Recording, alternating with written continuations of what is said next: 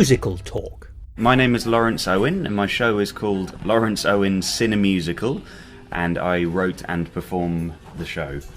That's about as succinct as I can put it, really, I think. You put your finger right on the button there, if I may say. But the show itself is actually a fantastic show. It's musical, it's funny, it's beautifully acted. Bearing in mind it's a one-man show, that's a bit of a compliment to you, I think. Thank you.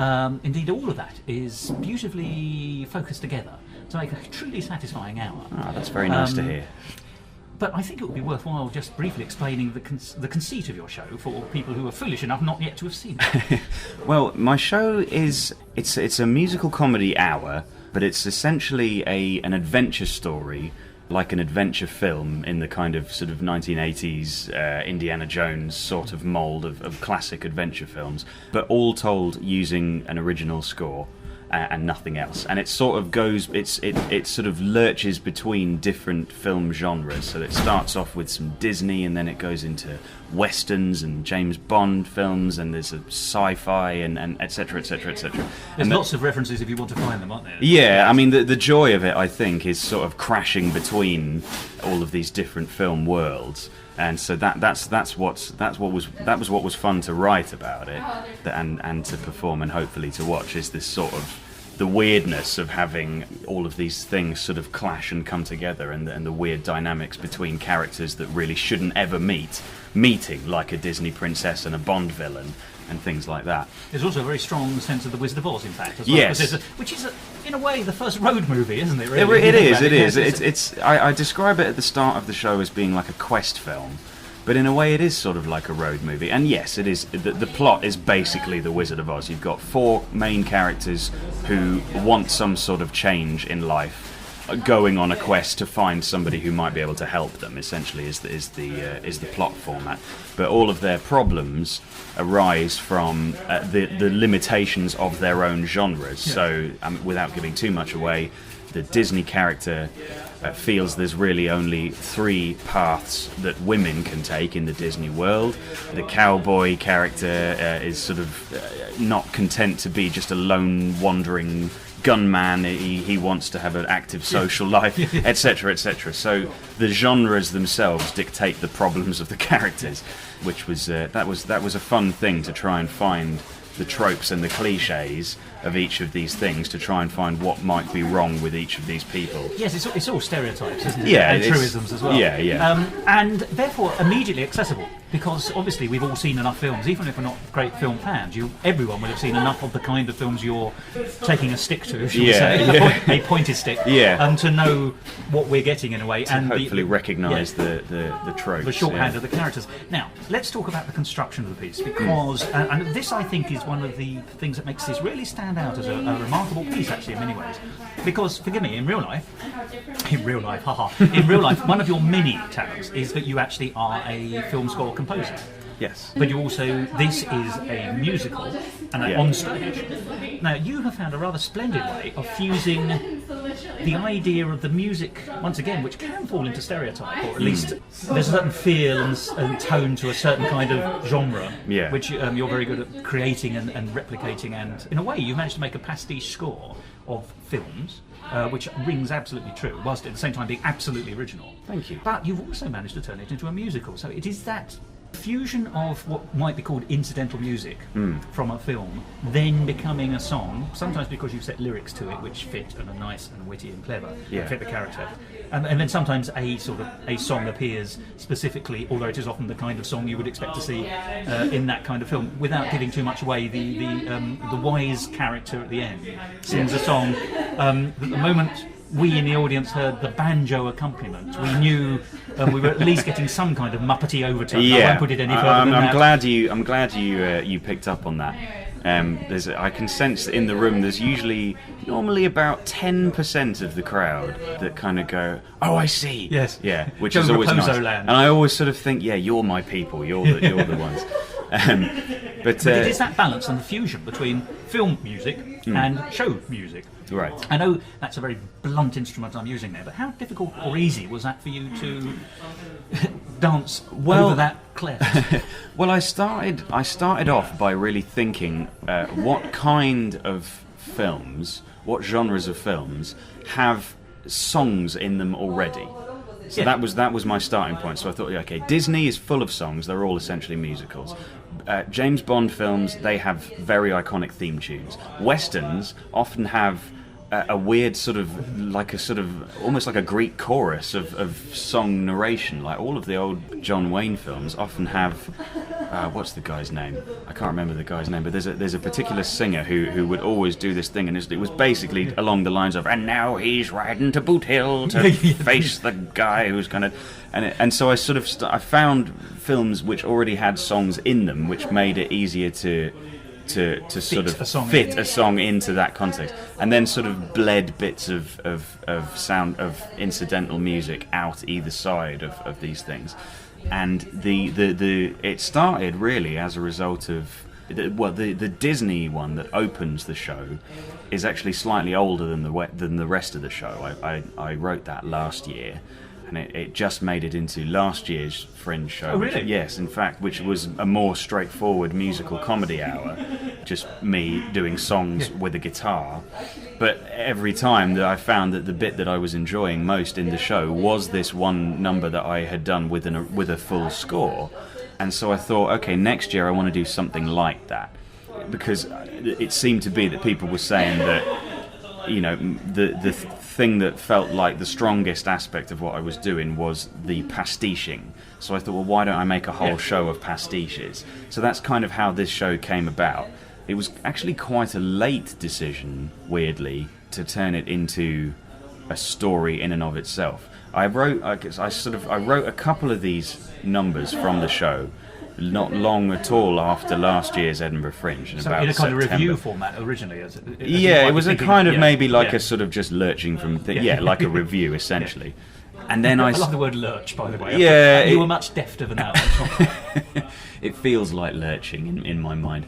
Yeah, so I wrote a couple of these without really knowing how they were going to fit together in about September in 2014, and then I did nothing for about 8 months. I believe that's known as the creative impulse. That's how you write a Fringe show. You have an idea in September, you think, I've nailed it, I won't think about it again for the next 8 months, and then you write the entire thing in an awful panic long after you've submitted your blurb to the Fringe programme. But that's kind of what I did. I sort of wrote the rest of it in between May and July. It doesn't have that sense at all. I mean, it feels like it does not feel as though it's from its mother's womb untimely ripped. It feels like a fully formed Bonnie bouncing baby. Well, that's very nice to hear. That's good. That's a relief. But yeah, so that was how the idea came about, and I haven't really looked back. It's a lot more fun than just playing the guitar. I've got to say, it's nice to be able to move around as much as anything, because when you're just with a guitar, you're rooted to the spot. Well, let's talk about your performance then, if you don't mind me saying, because actually, for a man whose speech mark's real career is writing music for films and things like that, being a composer, my word, you have the ability to hold an audience actually for an hour, because it's it is a full hour or near as damn it in Edinburgh conditions. BBC hour. Yes, it's quite an hour for the weather. But also, you play these 4 splendid delineated characters and their interactions, and that's quite difficult. You know, I appreciate the gender and the stereotypes help delineate that, but actually that's a big ask of an individual performer. Yeah. So when did you first discover, because you've been up to the Fringe before, when did you first discover that you had these skills? Well, and how easy are they to sustain over an hour? Well, I've been an actor since I was a kid. When I was very young, I actually did a bit of child acting, sort of professionally, if you can call it that. Yeah, I was in various films. I did a BBC TV series when I was about 8. I was in lots of plays. I did some adverts and stuff. That was a fairly large portfolio, really. Yeah, that was between about 7 and 12. I did a fair amount of professional child acting. And then stopped doing that because my voice broke, and my agent at the time said, you're not cute enough anymore, which is harsh, but I take her point. My agent at the time. Yes. Well, the story is already written before me. There it is. Well, I mean, to be a child actor, really, and to get loads of work, you need to look younger than you actually are. And the cuteness factor is a point. Yeah, it really is. So, I mean, if they're looking for a 12-year-old, if they can find a 14-year-old who looks 12, they'll cast that person because of the supposed maturity of that person. But I had the opposite. I was 12, but I looked 14, so I was no good to anyone. So that was the end of that. But about that time, I started playing guitar, and that sort of led me to discover music, and I was in lots of bands and things growing up. For a brief while, I was a session musician. Oh, right. And then. So you've never left the performing arts? No, in some ways, not really. I mean, I did a sort of slightly Mickey Mouse music tech course at university, which taught me the basics, and then from there. Sorry, you mean Mickey Mouse in the sense of slightly shonky, rather than actually a Disney course? Well, that would be extremely impressive, but no, it was definitely not that. And meanwhile, coming up to the Edinburgh Fringe a lot, as a punter for many years, and I know this is now my 3rd year performing at the Fringe. In one of the years that I came up here, I met in the very early years of their development a company called 1927, who are now have come on to be a big success on the back of one Fringe show, and they've done the national and tours of the, and they were at the West End and all sorts of things. And I've now started acting as their sound designer. Oh, how wonderful! Which is very nice. And I've done some composing work for Paul Barrett, who is the animator for that company. And they have an extraordinary style where they have a huge screen on stage and they project animations, and the actors sort of interact with the animation. So all of the set and the worlds and stuff, and actually quite a few of the characters aren't really there. But it means that the possibilities for that company are pretty much endless. It's funny. The Menier did Sunday in the Park with George, possibly about 5 years ago now, and that was really the first time that kind of projection and interaction with actors. A chap comes on as a waiter. And there's a bottle on the screen which pours wine, and there's a yapping dog. But that was the first time I'd seen that kind of thing. That sounds very similar. Yeah, that's the future, I think. In some sense, I think so. Yeah, they've done so well that they've actually got a show here at the Edinburgh International Festival this year. The Speech Marks proper. The proper festival, exactly. Yeah. And then sort of after university and from that and collaborating with them, I've made various scores for theatre and short film and things. We had a film that went to Sundance Film Festival, which was very nice, and that sort of thing. So I've kind of been chipping away at being a composer for the last sort of 4 years, but also doing comedy gigs, which I got into kind of by accident, because I'd started writing sort of humorous narrative songs which I was performing at straight music nights, it was going down every time like a fucking brick budgie. It was like they were not interested at all. They wanted Ed Sheeran, and I was not able to deliver Ed Sheeran, and so I was getting a bit depressed. I was thinking, maybe no one wants these songs at all, until someone said, well, why don't you go and try it at a comedy night? And I hadn't thought of that prior to that, and this was about 2011.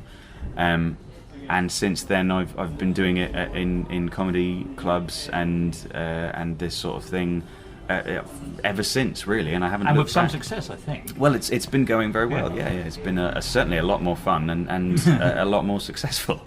Also, perhaps slightly less pretentious, which is nicer for the soul. Yeah. I have to say, the friendliness of people. I'm hesitant to use the word bitchiness, because it's a word that seems to get thrown around a lot, particularly with musical theatre, weirdly. And in my experience and other people's experience, my flatmate Suze Kempner, she's a comedian and musical theatre performer, and she says exactly the same thing, which is that people always think musical theatre is full of bitchiness and a lot of catty behaviour. Actually, Bette Davis kind of. Yeah, but it's not. They tend to be very nice, and then comedians are slightly more so, but still not enormously. But the musicians, the singer-songwriters, they're the worst. They're the worst. There's a horrible po-facedness in some aspects of the music industry so these days. Dry and humourless and so utterly convinced of its own greatness. I couldn't wait to get out of it, I have to say. Well, forgive me, that's if you don't mind me saying, that's the world of musical theatre and comedy's benefit, if I may say. That's very kind. And that really does explain how you were able to sustain these characters. But then, let's talk about the writing process, because at one level you can say, yes, it's easy to sit down, and we've all seen enough Disney films from childhood, let's face it, to see what some of the tropes are. And as you say, that limitation that some of the characters, principally females, have. People actually talk about the Disney princess, don't they? My daughter's a bit of a Disney princess. They do. It's become such a trope.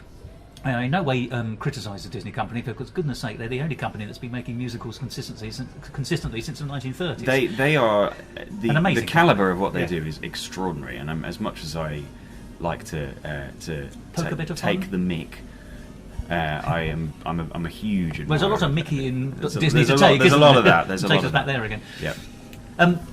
But actually, some of the questions are a little bit more oblique. Well, I'm not going to explain how what the outcome is, but we have a character from the Bond films, and you who's on the villains end of the market rather than the heroes end of the market. And it's about him discovering his backstory or explaining his backstory, or I think you actually asked the question. No one ever asks what the backstory of a Bond henchman would be.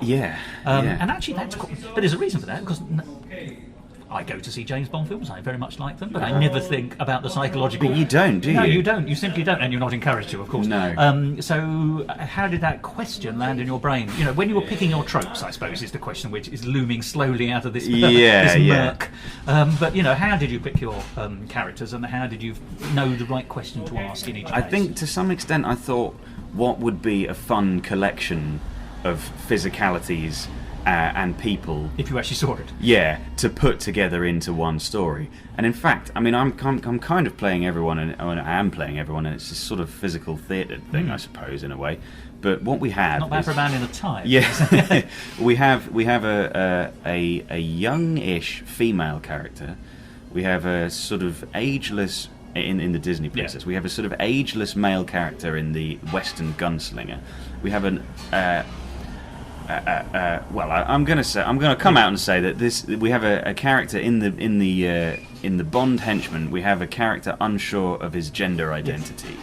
That's the topic covered there, which is already, very much in contrast with what Bond offers. Exactly, yeah. That kind of felt like an interesting angle, because it's such a masculine genre to put that in there as well.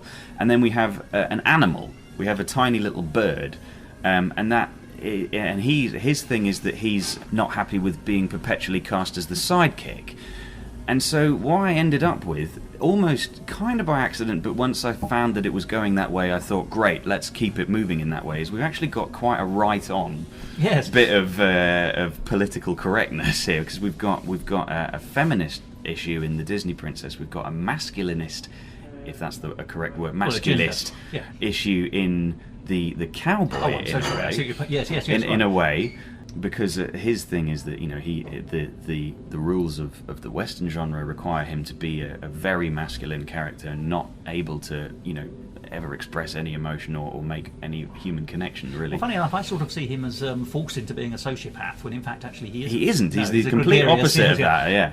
We have a gender politics issue in the transgender or transitioning James Bond henchman, and then we have a race issue essentially in the little bird who, because of the circumstances of his birth, being born a bird, he is now not entitled to play a lead role, apart from in a very specific kind of film. The reference here is, isn't it? Colourblind casting is becoming more and more common, and quite rightly so. Yeah. We haven't yet had any species-blind casting. Yeah. I mean, there's a joke in it where he says it's very hard to get cast in a lead role as an avian American. Yeah. And I thought of that line first, and then worked backwards from there. I probably shouldn't reveal too much of the mechanics of how it works, but the characters themselves are entertaining, and as we said, delineated. And but were there any characters that you were toying with, or any genre that you were toying with, that have bit to the dust? Yeah, there was going to be a sort of Lara Croft type character who was going to be illustrated using John Williams music, essentially. Oh, right, okay, yes. She was going to be a kind of lady adventurer in the sort of, kind of very upper class English. Yes. Diana Croft. Yeah, Diana Croft, like whip cracking and really, and it was all going to be very Indiana Jonesy, but she sort of morphed into the Western character, because it just sort of, she was a bit too close to the evil queen character. Yes, I mean, it would have been hard to delineate. Kick-ass character. Yeah, it would have. It just would have been quite hard to delineate between those two, I think. So she didn't make it in, and there was, what else was there? I think there was going to be. I think there might at one point have been an alien Oh right, okay. Like a sort of B movie Alien. So a robot or a sort of I wiggly arm? think a kind of like a Roswell style alien, right, like 1950s kind of paranoia alien.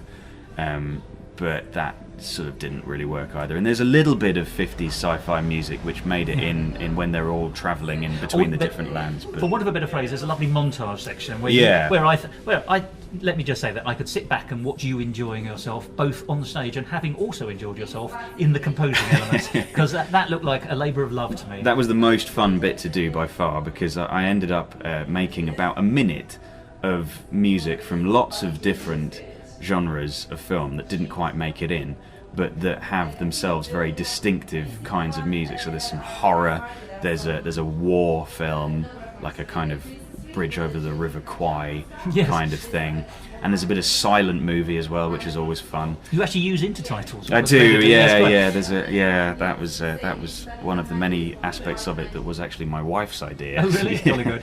She gave me a lot of ideas. She said, "Oh, you could do that," and then I went, "That's a brilliant idea," and then I went and did it. But yeah, that montage bit where they're crashing between universes, that was one of the most fun bits to do. But I tell you, sorry to interrupt you, but one of the great pleasures of that, if I may say, is also the first of all, the dexterity and the skill that you've got the ear for all of those kind of things, and actually allowing us, members of the public, most of whom, including me, haven't really thought about, and but you can only watch so many Neil Brand documentaries on BBC Four. Yes. I love them, and he's exactly the kind of person to talk about. He's wonderful. But the actually hearing the music one after the other is a really instructive process, actually.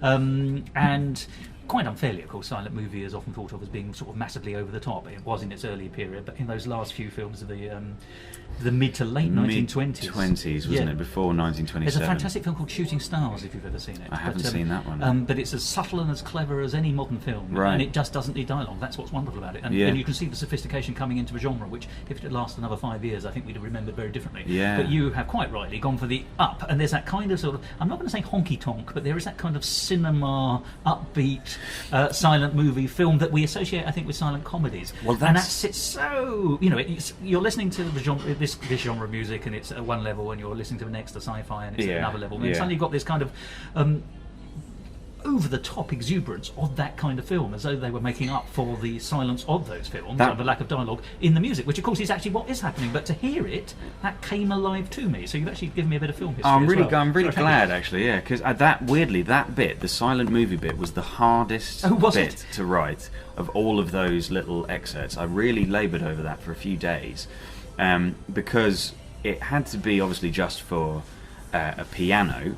Even though that actually is not accurate, really. No. I mean, it's almost always these things were either performed by small orchestras or with an organ. But people's idea of a silent movie is that it's on this sort of pub piano. Which is odd, because I suspect that's because all the silent films, particularly on when I was a boy, they still showed silent films, comedies mostly. Right. Of course, did have the soundtrack attached to them at some stage, presumably when sound came in the 30s and 40s. So it's a retrospective reimagining, which we have taken as gospel, as being gospel, but no, that's a really interesting point. Thank you. And in fact, the limitation of that was quite, and it's not a style I would have ever composed in normally. This sort of unbelievably melodramatic but quite tinny piano music. That I mean, I'm not a pianist as well, so it took me quite a long time to sort of bash it out. And I had to sort of re-record lots of little bits. Some of it I cheated and just put the notes in the computer. But, however, I will tell you that it works absolutely. Well, I'm very glad. It immediately, on first call, you can tell what it is, and it works, and it's funny. So it's got intrinsic worth. That's what's lovely about it. I'm very glad to hear that. Your pastiches have a.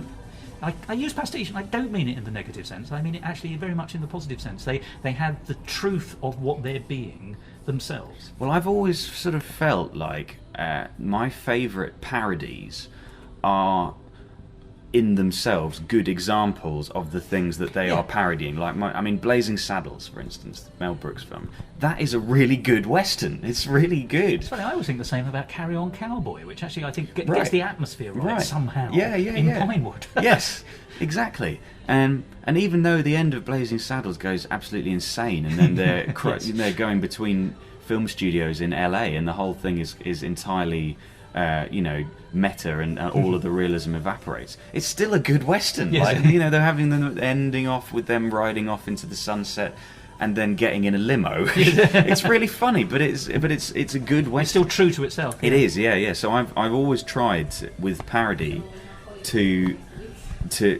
first of all make a good example of the topic in question, and then find the funny after that. So I sort of and think that's a myself, very good way of doing it. Actually, yes. I've always felt like I'm a composer first, comedian second. Yeah. And so I've each time started with. Interestingly, no, that's not true. I've just realised that with writing this show, I would have started with the lyrics, and then fitted but I'd had the idea for the song. I know exactly the kind of thing it would sound like. I could hear it in my head, and so then I would write the lyrics as a poem essentially, and then make the music that I'd thought of earlier. So you might have done the components in a slightly different order, but the truth is still your position is still there. But actually, when it actually comes to the mechanics of writing the song, the music has to be truthful first, and then the comedy is the augmentation of that afterwards. So I'd have even if you knew what the comedy augmentation would be earlier than the song was written. Exactly. So I'd start with an idea of the music, then do the lyrics, and then make the music concrete. Well, let's talk about the lyrics, because the lyrics have to serve a dual function. Actually, they have to work in a song, and a song is, in its basic sense, a story in itself, a sketch almost. But also, it's because it sort of interweaves the music so perfectly with the incidental music. It also has a narrative function as well as the story it's trying to tell. Does that make sense? Yeah. I know that the problem is musical theatre is such a wide genre that the Sondheim school is that every song must drive the plot forward and you can't take it out. And then you go back to Gershwin where every song is pull-outable. Yes. But they're both musical theatre. Yeah, they're both fine. But I'm very interested to know how, because what you were required to do is just that slightly different thing, because you're already pulling the sheet music of themes of film scores into musical theatre. Right. How do the lyrics fall into that category as well, I suppose? I'm such a long-winded man. So plenty of thinking time there. Yeah, that's plenty of thinking time. Well, the main thing is I wrote out, just in prose, the story, what we had to achieve in the hour, who we were going to have achieving this, and how they were going to do it. Yeah. I wrote that out lots of times until it kind of had a very concrete plot, which ended up basically just being very similar to The Wizard of Oz. And I thought, that is one of the greatest stories ever told. And it's a trope. And it is. It's the ultimate quest thing, really. Characters want a thing from life. They go to find someone or something that can help them find that thing in life. And so then it was just a case of choosing which genres would be the most fun to portray on stage and in music, and then seeing what kind of interactions they would have. I deliberately wanted to make it nice, if that makes sense. I wanted to make it sort of like you really wanted them to get that. I didn't want them to make it like I didn't want them to all to be these sort of bitter characters that were sort of perpetually unhappy and have all things sort of tending towards the sort of inevitability of Well, funnily enough, starting with your Disney character, just interrupting you there, sorry, actually helped set that tone a little bit. Well, that was it. That was a deliberate. That's why I put her first, is because the mechanics of that song basically kind of say this is what's going to be the recurring theme. It's not just her story; it's the story. It's the story as well. Yes. Which you might have had more trouble with if you'd used the Bond character, just because the expectations are set up in a different way. Yeah, there was never any doubt that would be the first one. So, as you say, the interesting thing is that your tone to yourself was likeable characters. And I wanted people at the end to be really pleased for them, if they kind of, because without giving too much away, it's not there isn't the sort of moral of it is that there is no sort of wizard. No. And in the same sort of way. But the Wizard of Oz works. The Wizard of Oz, exactly. There is nothing. You have to basically just do it yourself. Yeah. It's a kind of slightly very much like looking for a producer to do a show on a Fringe. Yeah, exactly. And like, it's not going to be easy. There's no shortcut, but if you chip away at it, it will hopefully, or other, no one's saying it will come true, that dream, but you've got a much better chance of it coming true if you try to make it the case. I mean, there's a sort of fake Gandhi quote that's in it where he says, "Be the change you want to see," which isn't actually a real Gandhi quote. It's like elementary, my dear Watson. It's never actually said by Sherlock Holmes. But it will be understood in that context. But exactly. It's a kind of summation of everything he said, I think. But yeah, that's the sort of the moral of it, I guess, and that was a real thing that I really wanted to inform the whole tone of it, was that, you know, it's a nice story. But the lyrics coming out of that book and that tone, how easy was that, or not? Because there's a lovely lot of craft in this. That's one of the things I love. I've enjoyed the performance, but I can also, you know, you showed your workings, as they used to say in exams, and that's a good thing. You know, that's what you get marked on, frankly. So. Good. Well, I've always found the lyrics to be the hardest aspect of it. I always feel like once I've got the lyrics down, then the music will come naturally, because the lyrics inform the direction of the music. So the lyrics were hard to actually pin down. Having found the concept for each character, actually making the lyrics was a bit tricky. But then, you know, beyond that, the music writes itself in a way, because it's, you know, I know only if you're damn talented. Well, I don't know, but I mean, but I know what you mean. Do you know what I mean? Like the you know what it has to sound like, because it's a famous style of music. You know what you have to achieve, and it has to be, you know, sort of basically, in a way, the easy thing about this is if you feel like it's cliched, that's probably correct, because that's probably what you want to go for. Like, it's the one instance in which I'd kind of go, yes, I'll have all the cliches, yes, make it sound like Fistful of Dollars, yes, make it sound like The Little Mermaid, do whatever, you know. So in a way, that, for me, felt like it came very naturally once the lyrics had been made. So yeah, I always feel like the plot and the words are the sort of big thing to conquer, and then it's okay. Then I'm on the home straight. Well, it's Sondheim himself who says content dictates form. Exactly. So, you know, yes. Who's to argue with him? I would never argue with Sondheim. Absolutely not. He's the number one as far as I'm concerned in the musical theatre world, and I'm sure many share that opinion. It's not a controversial. It's not a controversial anymore. position. No. I think at one point. I think it's not. He still seems to divide people, which is kind of quite nice. But now it's like or not like, rather than good or not good. Good or not That's good. The Yes. I really like the mechanics of Sondheim. I really like the design of Sondheim. I've always felt more of a kinship with the concept of design as opposed to the concept of art. I don't know why. I feel like art is this sort of wishy-washy thing inhabited by the slightly pretentious people. Art isn't easy, I've been told. No, but that's it. But then design, I sort of feel like it's, you know, isn't it beautiful to have things that function? And that's why I've always sort of liked the concept of design, and that's kind of what I've always tried to bring to mind things. Well, and you've actually described that very thoroughly yourself by writing the story out. You know, if book is king, then everything else. You know, if your foundations are sound, your castle will be excellent. Exactly. That's how I've always felt. So, Lawrence, this show is fantastic. How are the audiences? Well, I know because I was there, but you know, the audiences took to it very warmly, I think, because it's so accessible from the start. Yeah, so far it's been a delightful run. I've had full houses every day, which is always very nice. I've been not. I hate. I'm almost hesitant to say this because it sounds like a brag, and I really don't mean it to be a brag. But I've been surprised by the number of people who've come out in tears. Oh, really? Yeah. I mean, so seats are quite uncomfortable. Well, yeah, no, horrible venue. That's not true at all. It's not true at all. I've got one of the loveliest rooms on the Free Fringe, which is very nice. But yeah, even you know, very cynical, hardened comedians have come out of it.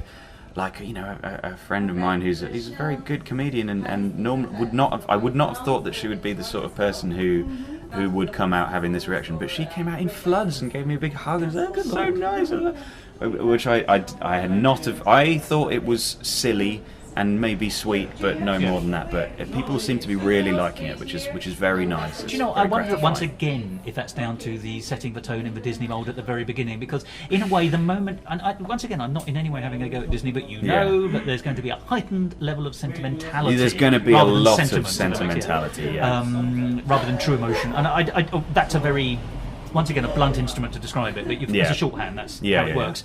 And I suppose if you set that tone, it's a lot easier to create sentimentality. Yeah, it is. You know, the pain of real.